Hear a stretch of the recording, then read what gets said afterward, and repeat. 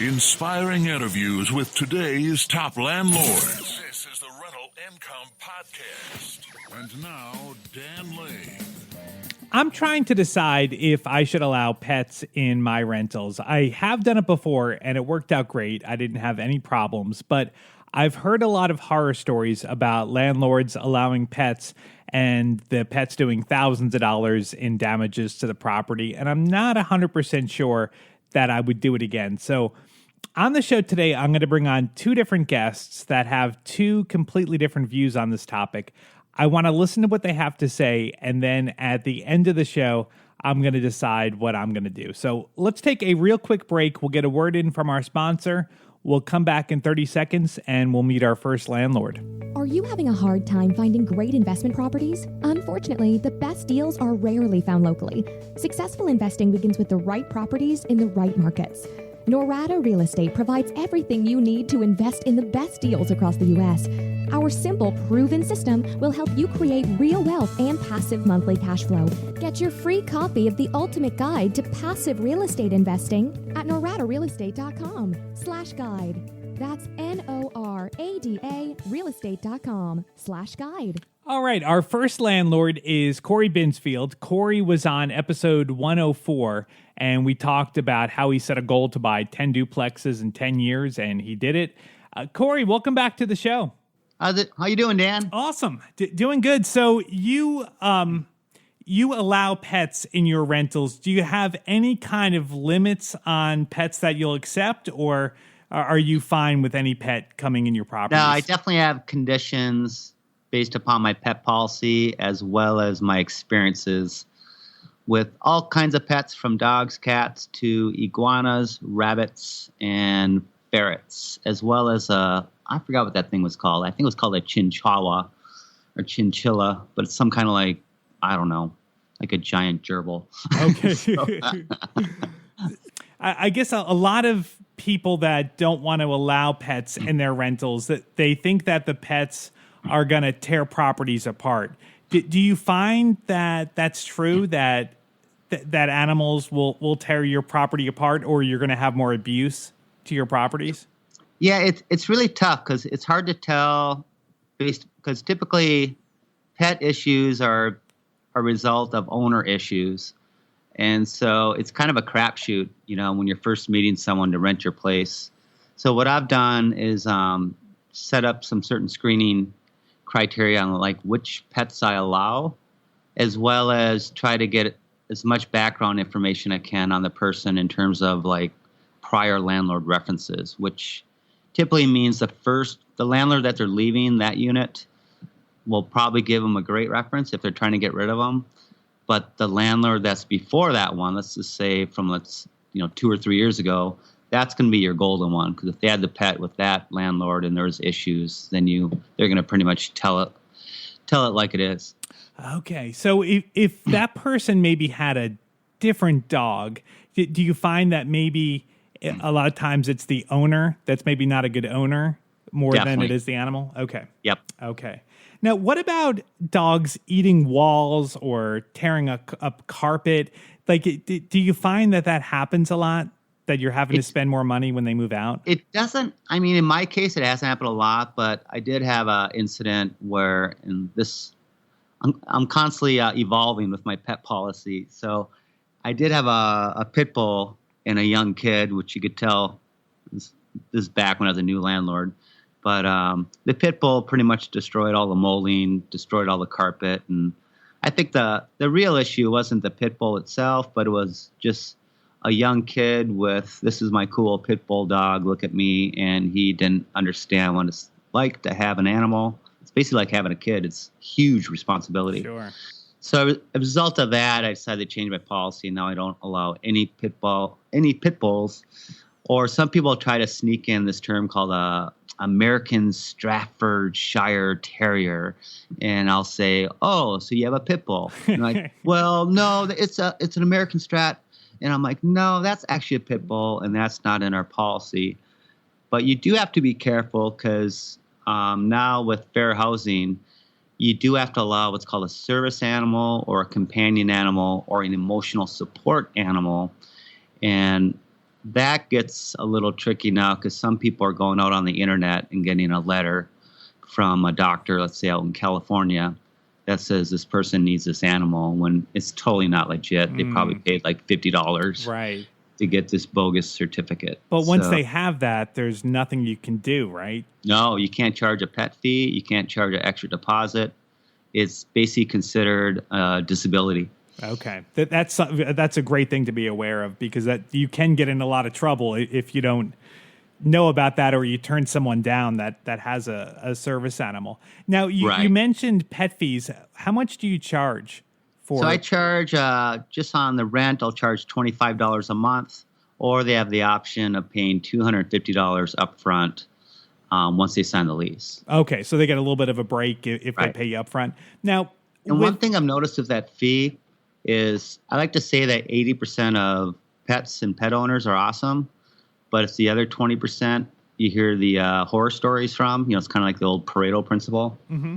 So as a result of allowing pets, I'm able to bring in, let's say, probably $4,000 or $5,000 a year in extra pet fees.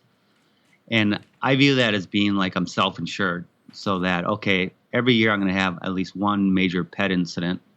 If I collect $5,000 in fees, I might have $2,000 in damages. So I'm about $3,000 ahead for the year. Okay. So overall, it's a profit center taking Definitely. pets. Okay. Yep. Now, what about places renting faster? A lot of landlords won't accept pets. So if you have a pet, you've got a smaller pool of properties to pick from. Do your places rent faster because you take animals? Definitely. I get a lot of people that call and say, I can't find a place that allows pets. Do you allow pets? And those people actually, I find, because they own a pet, like the good tenants, that really take care of their pets, actually tend to be better renters than people without pets. Now, they also say that pet owners stay longer than non-pet owners. Is that true? Have you seen that? That'd be a tough one to determine. I think intuitively it would make sense, because if they have so much trouble finding a place that allows pets that once they find one, they're going to stick around unless they're forced to move, let's say because of a job transfer or something. Right, okay. Now, you own a lot of duplexes. Do you ever have problems with the shared backyard that maybe one of your tenants doesn't like animals? That happens a lot. No, this is my biggest pet peeve is with, let's say, a duplex, and there's a pet owner there, and they're not picking up the dog poop.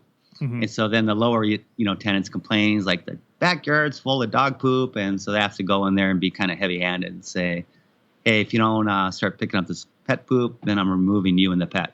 Okay, that's good. Have you ever Or lost? you get, of course, the neighborly things, like if you got hardwood floors, you don't want to allow a really large dog that's clicking away on the hardwood floors with their nails. Yeah. So. Have you ever lost a tenant on the other side because of whatever pet issue they were having with the other tenant? No, I've never lost one. I mean, the closest I came was like a dog that was incessantly barking, but then fortunately the tenant was able to come up with a solution, which technically wasn't a bark collar. It was some kind of like thing they put on them. I don't know if it's like citronella spray or something, but it actually, the dog quit barking after like 1 or 2 days. Okay. They found something online that was pretty cool. Okay, so overall, you would say that renting to pet owners has been a good experience. So you haven't had too many bad things happen, and you make some extra money doing it. Definitely. Otherwise, I mean, clearly I wouldn't allow any pets. Right. I had a terrible experience, but I think it just goes with then being a landlord. You're going to get some great pet owners, and then if you have a lot of units, there's always going to be one pet owner that will just drive you crazy. But you just got to say, you know what? It's the cost of doing business. Corey writes a really good real estate blog. If you want to check it out, it's 102million.com. I'm going to go ahead and put a link to that on the show notes page. You can find it at rentalincomepodcast.com/episode 114. Coming up next, we're going to meet another landlord that has a completely different take on renting to pet owners. We're going to take a quick break, get a word in from Realty Shares. We'll come back and we will meet our next landlord. Not an offering of securities. Private investments are highly illiquid and risky and are not suitable for all investors. Past performance is not indicative of future results. Securities offered to accredited investors through North Capital Private Securities. Member FINRA SIPC. I want to thank Realty Shares for sponsoring this episode of the podcast. That's Realty Shares, REALTY shares.com. If you're not familiar with Realty Shares, they're basically a crowdfunding site for real estate investments. So you can invest fractionally in a bigger real estate deal. So a bunch of people put in a small amount of money, they pool it together, and then they're able to make some bigger investments. It's really super easy. I love logging on their website. I'm actually on here right now. You can scroll through, you can see all of the available investments. If something looks good, you can click on it. They've got detailed due diligence you can read. You can check out some more pictures. You can read management team bios, check out the financials. Basically, everything that you're going to need to be able to tell if this is a good investment is going to be right there at your fingertips. It's really simple to get started. Just go to realtyshares.com. You can sign up. It's totally free. You can start browsing investments. And when you're ready to go, when you're ready to make an investment, you can get started with as little as $5,000. Now, Realty Shares has a special offer just for our listeners. If you go to realtyshares.com/rental, that's REALTY shares.com/rental, you can get $100 towards your first investment. Close to 100,000 investors have used Realty Shares, and they've returned over $60 million in principal. It's totally free to sign up, realtyshares.com/rental, and get $100 towards your first investment, realtyshares.com/rental. All right, let's get back to the show. Joining us next is Larry Meyer. Larry does not like renting to people with pets. He's been on the show twice before. He was on episode number 19. He talked about how he rents to Section 8 tenants and low-income tenants. And he came back on episode 80 to talk about his process for turning over his rentals. And he's back today to tell us why he won't rent to people with pets. So, Larry, have you ever rented to people with pets? In the very beginning, I mean, this is year 33 for me. So in the very beginning, when I was young and foolish, someone had a dog. I love dogs. Someone had a dog. Sure. You'd charge a pet deposit and you'd, and give them a lecture on, no pooping on the carpet and whatnot.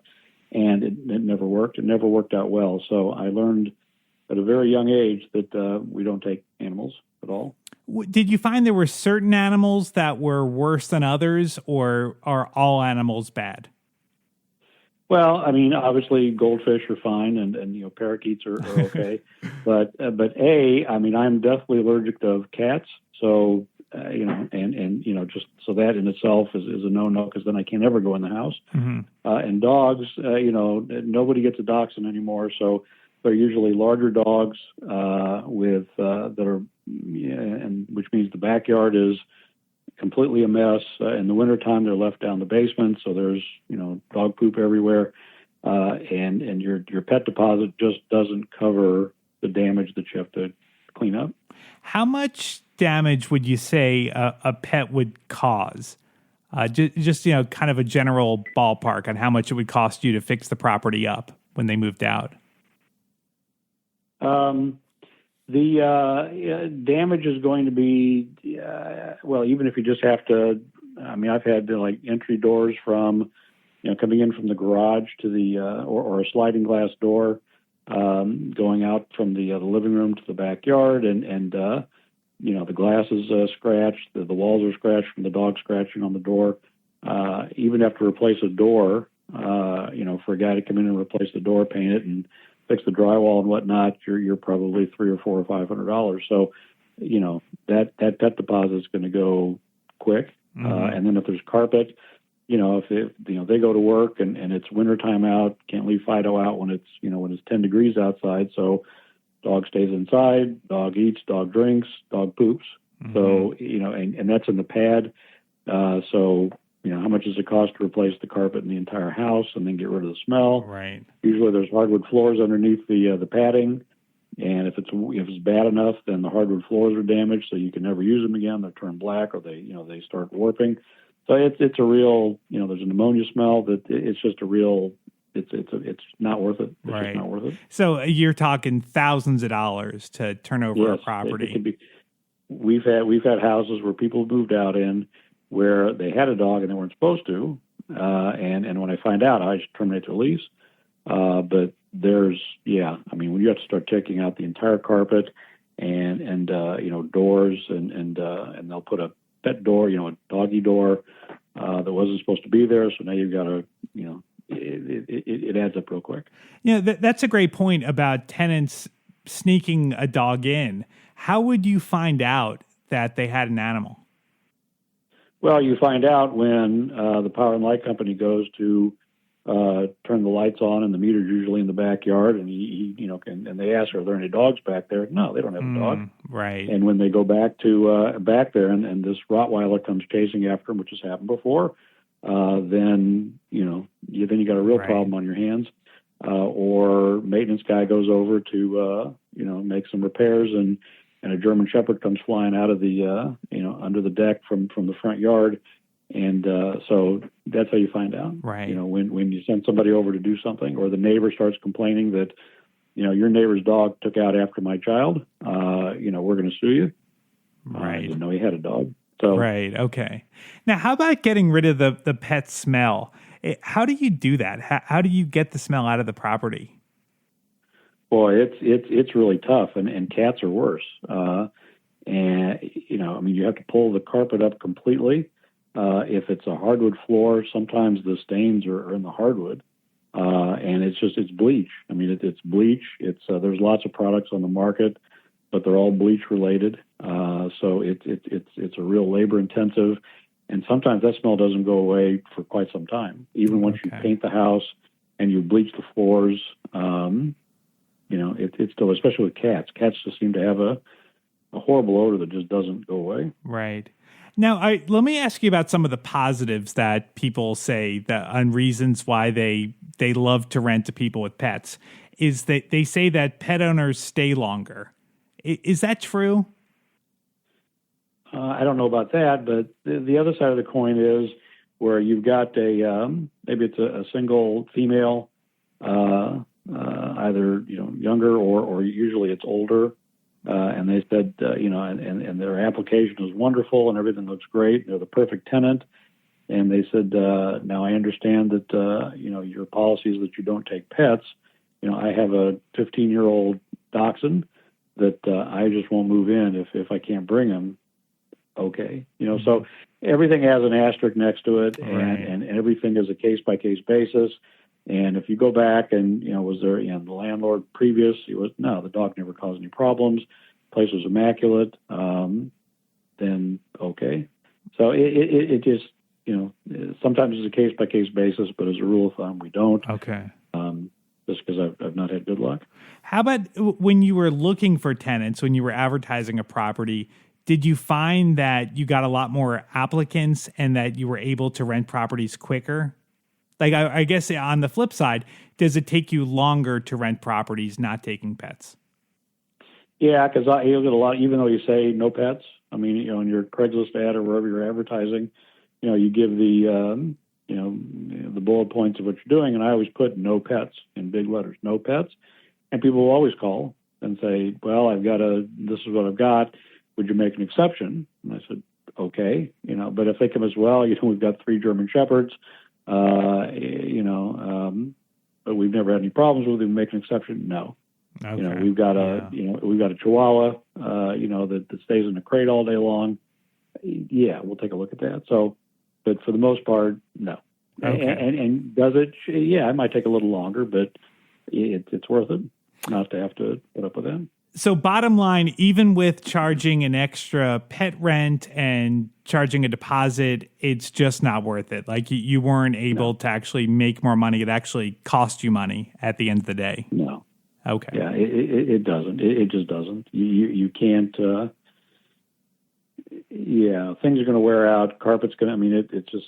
It's just not worth it. It's just not worth it. It's hard enough when just having, just regular tenants and little kids and their little kids and things get spilled and little kids throw up on the carpet. It's hard enough to keep things, just with people living there. You get, animals in there. It just doesn't work. Larry, thank you so much for coming on the show and sharing your experience. I really appreciate it. And I am ready now to make a decision on whether I'm going to allow pets in my rentals. I think Larry and Corey both had really good points. And I think that I'm going to fall somewhere in the middle. I think I would rather not rent to people with pets, but I'm willing to take a chance. So I'll give you an example. If I had 2 applicants apply, they're both exactly the same. One has a pet, the other one doesn't have a pet. I think I'm going to go with the one that doesn't have a pet. It just seems a little bit less risky. On the other hand, if I had a property that's sitting empty for maybe 3 weeks or a month and I'm not getting a ton of interest on it, I think I would be open to considering a pet at that point, but I would definitely get a pet reference. I think Corey had a really good point that the problem a lot of times isn't the tenant or it isn't the pet, it's the tenant. So I think I would call the previous landlord, even 2 landlords back, and see how the pet was, to see if they had caused any damage.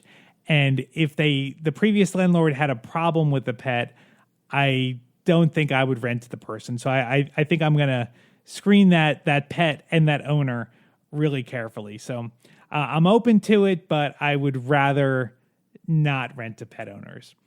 So thank you so much for listening. I really appreciate it. I hope this show was helpful to you. If you want to reach out to Corey or Larry, I've got their contact information on the website. You can find it at rentalincomepodcast.com/episode 114.